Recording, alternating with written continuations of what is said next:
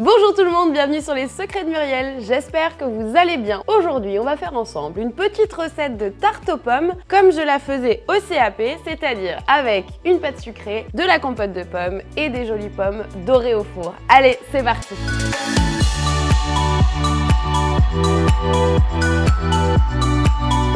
On va commencer par la pâte sucrée. Pour ça, vous aurez besoin de farine, de sucre glace, de beurre doux, de poudre d'amande, de sel et d'un demi-œuf.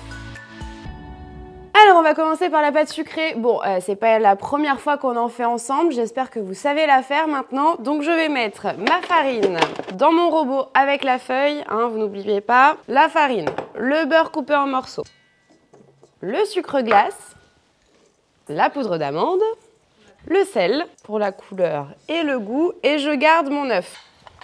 Et là, donc je vais sabler mon mélange, c'est-à-dire que j'ai besoin qu'il n'y ait plus de morceaux de beurre, que ce soit vraiment sablé comme du sable, que ça file entre vos doigts comme du sable.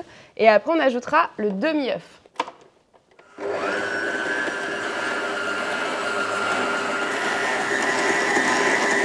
Et donc en attendant que ça sable tranquillement, on va casser notre œuf. Alors pour que vous compreniez bien, le grammage est super important. Si je vous dis 25 g d'œuf, c'est 25 g d'œuf parce que sinon, si vous en mettez un petit peu trop, votre pâte va retomber. Donc, hop, on casse l'œuf dans un petit bolinet. Ensuite, je mélange pour avoir autant de jaune que de blanc. J'allume ma petite balance. Là, je fais vraiment comme si je faisais une omelette. Hein. C'est pour avoir la même proportion de blanc d'œuf que de jaune. Hop. Et là, je pèse 25 grammes, qui fait à peu près un demi-œuf. Mais ça dépend si c'est un gros œuf, un petit œuf, un moyen œuf. Donc voilà. Et ça, vous pouvez le garder pour faire une dorure, pour faire une omelette, pour faire une quiche, ce que vous voulez. Vous le mettez au frigo. Voilà, là, c'est bien sablé. Magnifique, on n'a plus de morceaux de beurre, c'est parfait. Donc là, j'ajoute mes œufs, enfin mon œuf, mon demi-œuf, et je remets à tourner.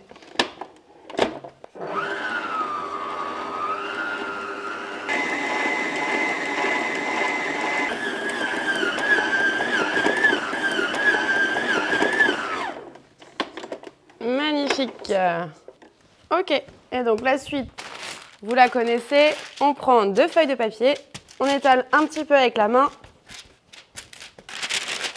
on remet la feuille par-dessus et on étale bien finement à quelques millimètres.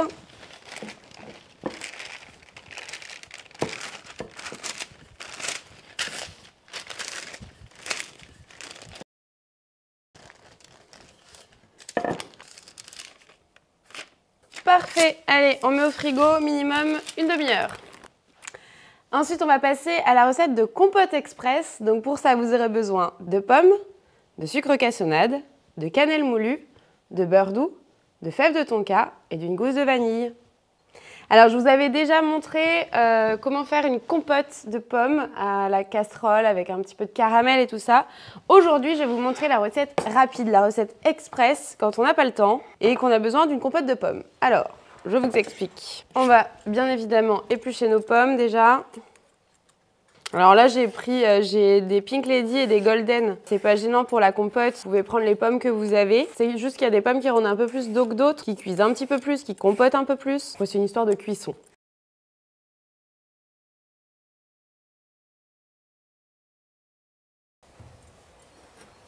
Ensuite, on va couper nos pommes. Donc je viens, hop, de chaque côté de la pomme comme ça, autour du trognon. Ensuite, je coupe des petits morceaux, rapidement, hein, on s'en fiche que ce soit régulier. Plus c'est petit, plus ça cuira vite.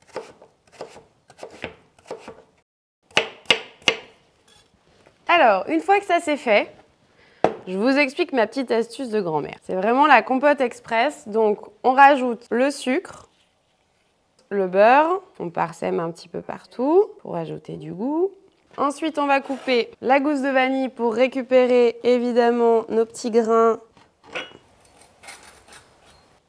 Voilà. Et on met la gousse dedans avec. Ça donne toujours du goût, une gousse de vanille. Et ensuite, un petit peu de fèves de tonka. Vous savez que j'adore cette épice. Vous n'êtes pas obligé d'en mettre, hein, évidemment. Vous pouvez mettre les épices que vous voulez. Mais voilà, moi j'aime bien. Pour la compote, vanille, fèves de tonka et cannelle. Pour moi, c'est la base.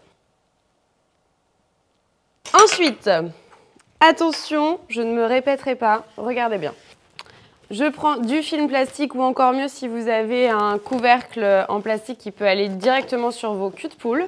Je filme et là, je vais mettre au micro-ondes pendant 1 à 2 minutes. Ça dépend de la maturité de vos pommes, de la puissance de votre micro-ondes et ainsi de suite. Mettez pas trop fort non plus et vous allez voir, ça va cuire vos pommes très rapidement.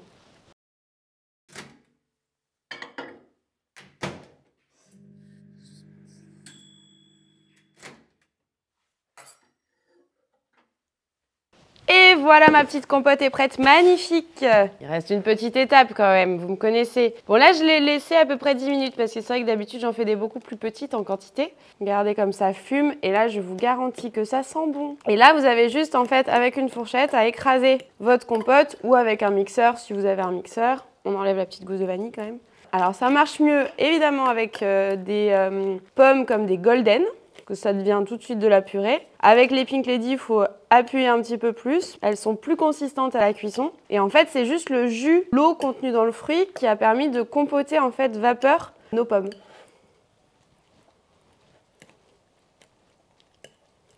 Voilà, une fois que c'est bien écrasé partout là, nickel. S'il y a des petits morceaux de pommes, c'est pas gênant, hein, ça apporte de la mâche aussi, donc c'est sympa.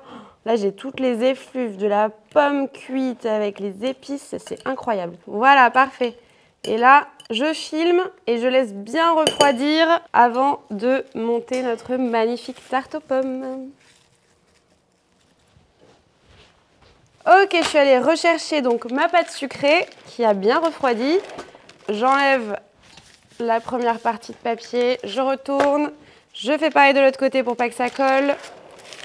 Hop.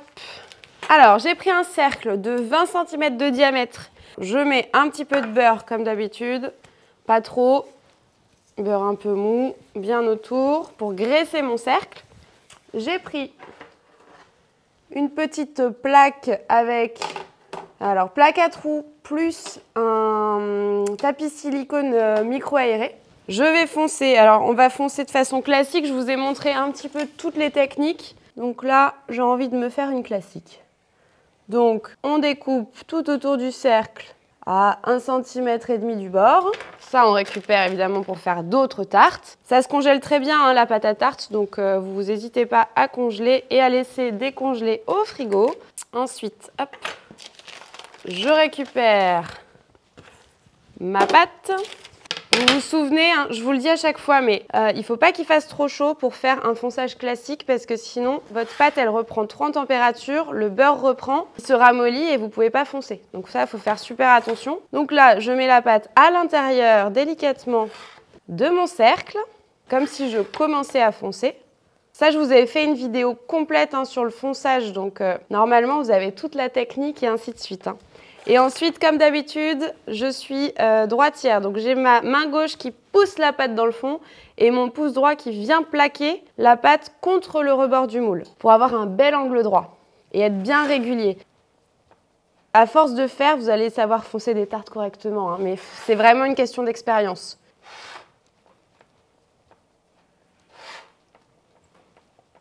Voilà, magnifique. Donc là, quand on a le bel angle droit, que c'est bien foncé, un petit coup de couteau pour enlever les rognures.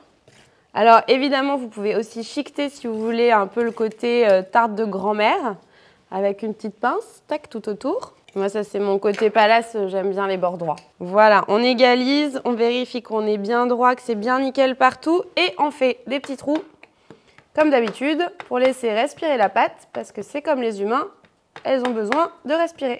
En attendant que ma compote de pommes refroidisse bien, je vais mettre ma pâte au frigo. Et puis après, on va s'attaquer au montage de la tarte. Allez, maintenant, on va passer à la garniture pour la tarte aux pommes. Donc pour ça, vous aurez besoin de pommes, de beurre, de sucre cassonade et de miel. Ok, donc en fait, tout simplement, on va couper nos pommes. J'épluche mes pommes. Donc le nombre de pommes va dépendre évidemment de la taille de votre tarte.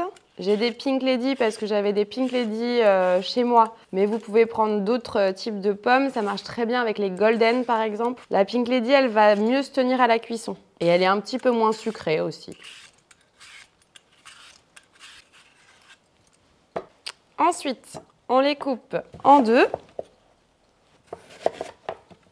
et on va retirer le cœur. Donc je retire évidemment le cul de la pomme, le haut ici, l'intérieur. Alors si vous avez une cuillère à pomme parisienne, c'est très facile, mais là vous pouvez le faire avec la pointe du couteau tout simplement comme ça. Et on fait pareil sur toutes.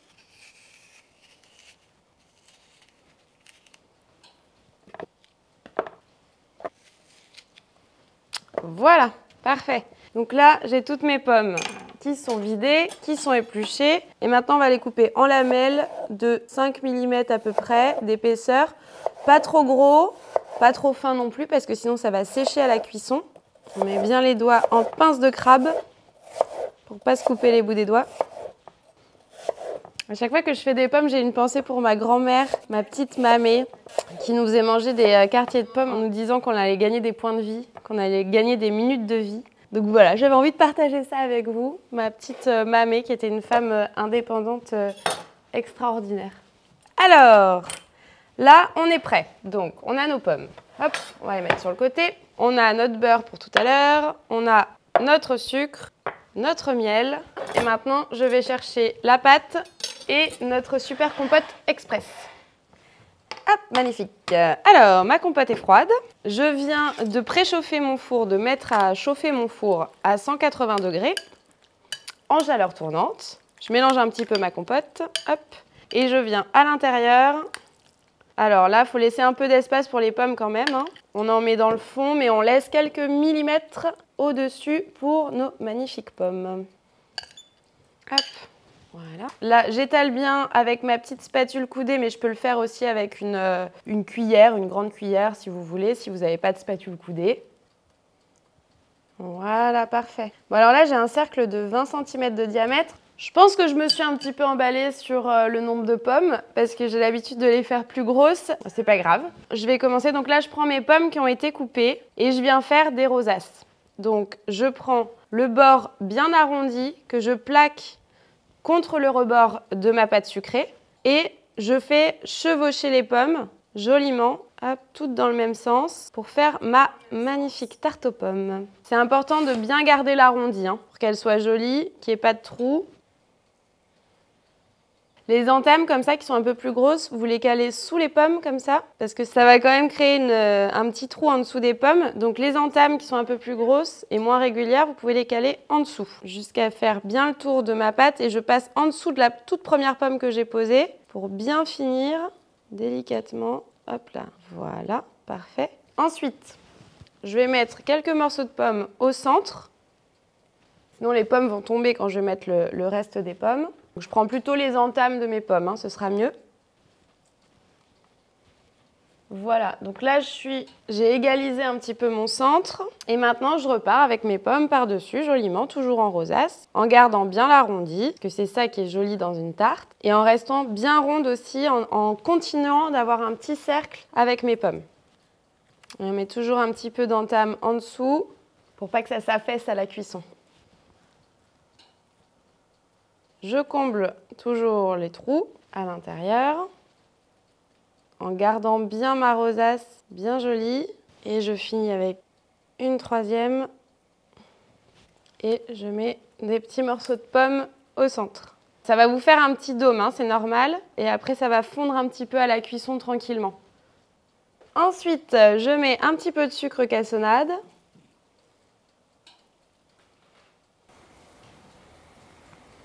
Et des petits morceaux de beurre. Donc le sucre et le beurre, en fait, ça va faire dorer un peu vos pommes. Le beurre, ça va apporter du goût à la cuisson.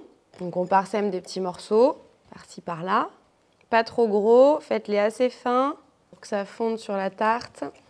Voilà, nickel. Et bien là, voilà, c'est une belle tarte aux pommes bien généreuse. Donc on va l'enfourner, 180 degrés, environ 30-40 minutes. Ça dépendra de votre four. Et à la fin, vous verrez, on la décorera avec le miel.